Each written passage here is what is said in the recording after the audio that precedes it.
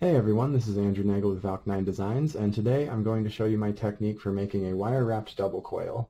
Now obviously the tools I needed for this would be a pair of wire clippers for clipping my lengths of wire, and then also a pair of flat needle nose pliers.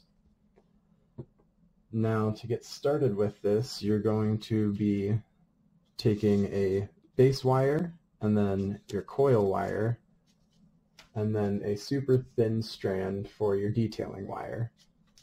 Now what I'm using for my base wire today is 21 gauge square, and then for my coil wire is 22 gauge round. My detailing wire is going to be 30 gauge round. I've used 28 gauge before, but that kind of gets a little bit difficult to keep the coil small, so depending on the size of coil you want, you can change these up to whatever really. Now to get started, we're going to be taking our 22 gauge coil wire and then our 30 gauge. You'll be taking your 30 and laying it over your 22 like this, just right on top.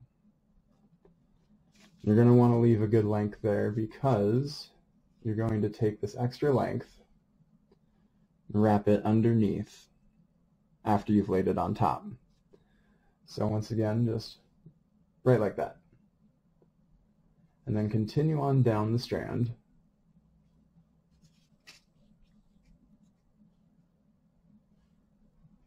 until you've used the entire length of that 30 gauge round.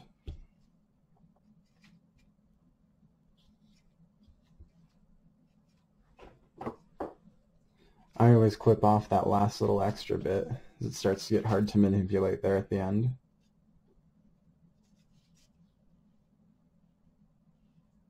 Now grab that little bit on both ends and make sure you push it towards itself so that way that 30 gauge stays really nice and tight on there.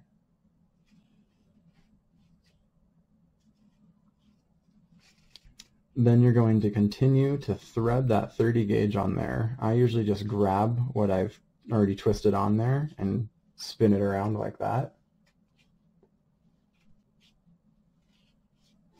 But another way you can do it is to hold your length like this and then just add on a little bit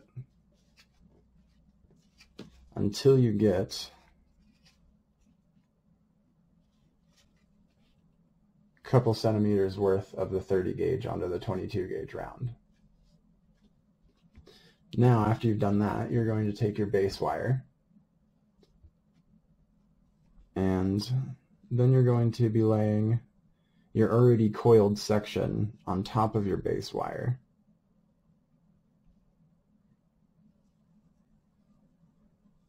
And then pull that extra section underneath and back over just like that. And finish that off.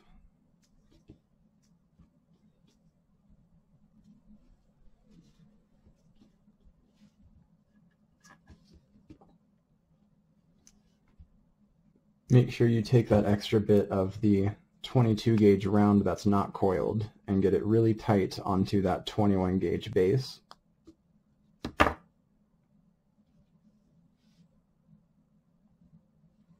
And once again, bring those wrapped around spots tight up to each other so that way it's a good, tight, clean coil. Now, when I showed this next part on the live stream, people really got excited about it. I honestly felt a lot of people would be doing this, but this is just how I kind of developed a technique of making the coils. So as you can see here, we have our base wire with our 22 gauge sticking off. So I take the 22 gauge and I stick it between my fingers kind of like that.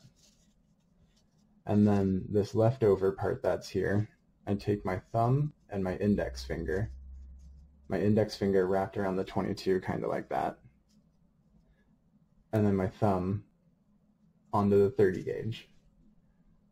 Just kind of pinch it. Very lightly. You don't need to pinch it tightly, just super light. So that way you have it kind of held in your hand like that. And then what I do next is I take my base wire that's loose here, and while I'm still holding the 30 gauge, I start to twist the base wire, use it as a lever to thread that 30 gauge on there. It's almost like a little sewing machine.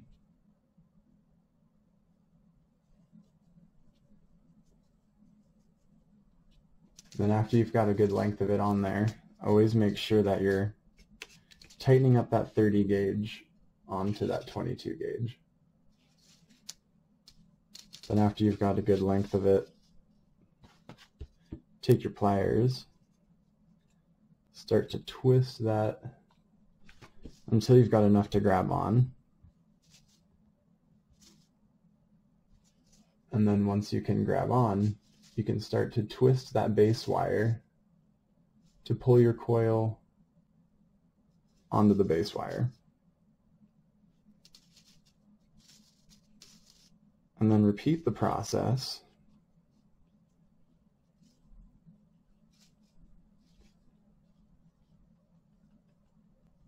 until you have the length of coil that you need.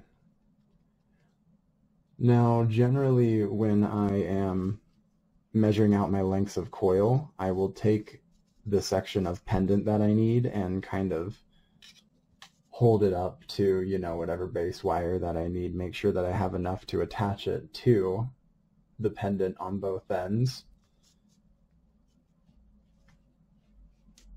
And then it's really hard to gauge how much you're going to need for your coil wire. Oftentimes I just estimate, and I often like to cut a little bit extra than what I think I'm going to be using, so that way I don't run out.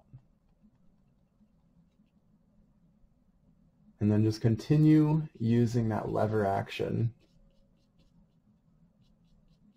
to thread that 30 gauge onto the coil. And always pull that 22 gauge nice and tight up there. And it helps when you're twisting this part on. It helps to pinch that 20 or that 30 gauge at the end of where it's coiled onto the 22 gauge.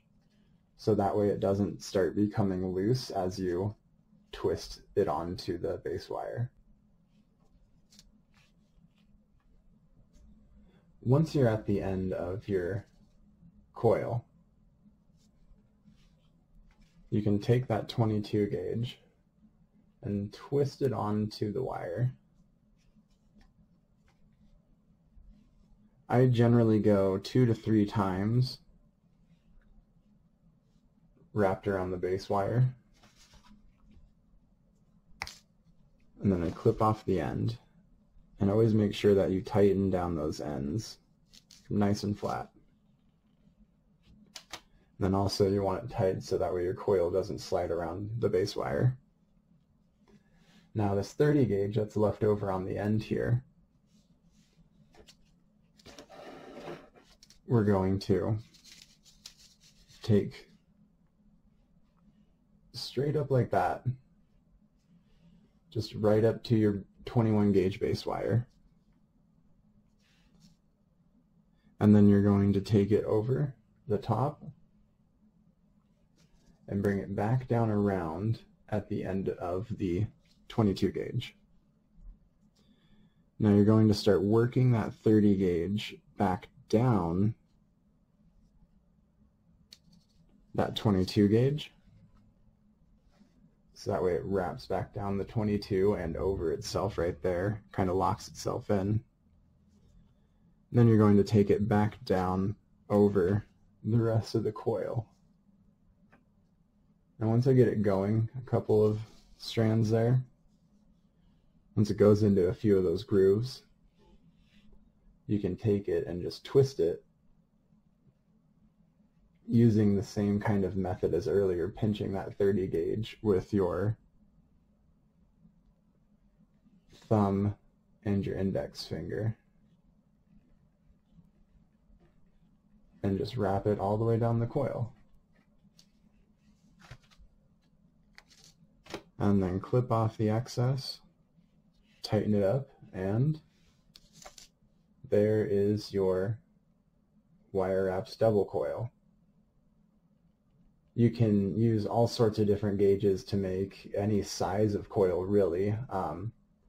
I eventually want to compose a coil chart, and it'll be like, oh, your 22 gauge makes this diameter of coil and such, and so eventually I'll compose that for my patrons up here. So thank you all so much for watching, and I hope you enjoyed. Please let me know your comments and concerns. Have a good day.